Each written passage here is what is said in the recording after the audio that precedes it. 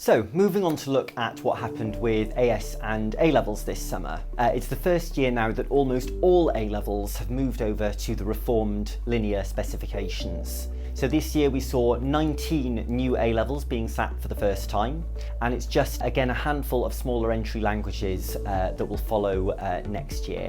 And of course, in many of the larger subjects particularly, this is the second or third year that the reformed A-levels have been taken.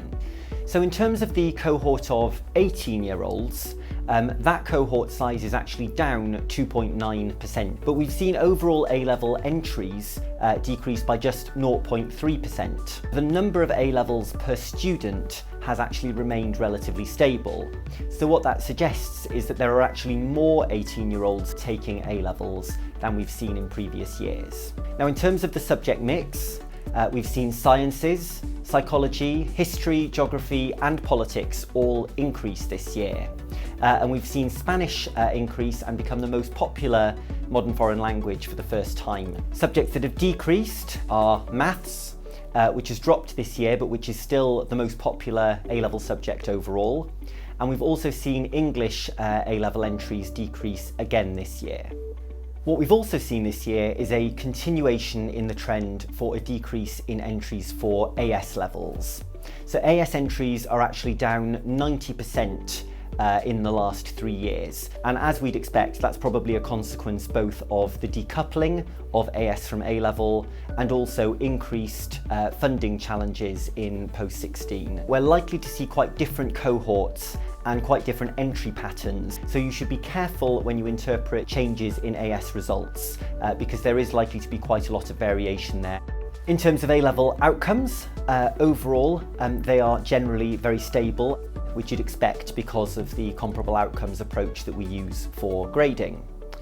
Now, overall, we have seen outcomes actually down a touch, particularly at A and A star. In those subjects that have seen a large increase in the number of entries, we've seen outcomes at the top grades decrease a little bit.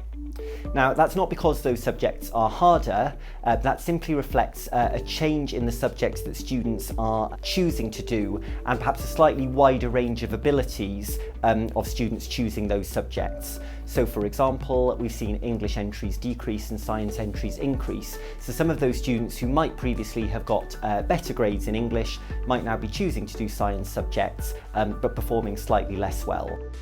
Grade boundaries, as we'd expect, are started to tick up in those subjects that are in their second or third year as a result of the sawtooth effect. And you can watch a specific video on that if you want to understand more about how that works.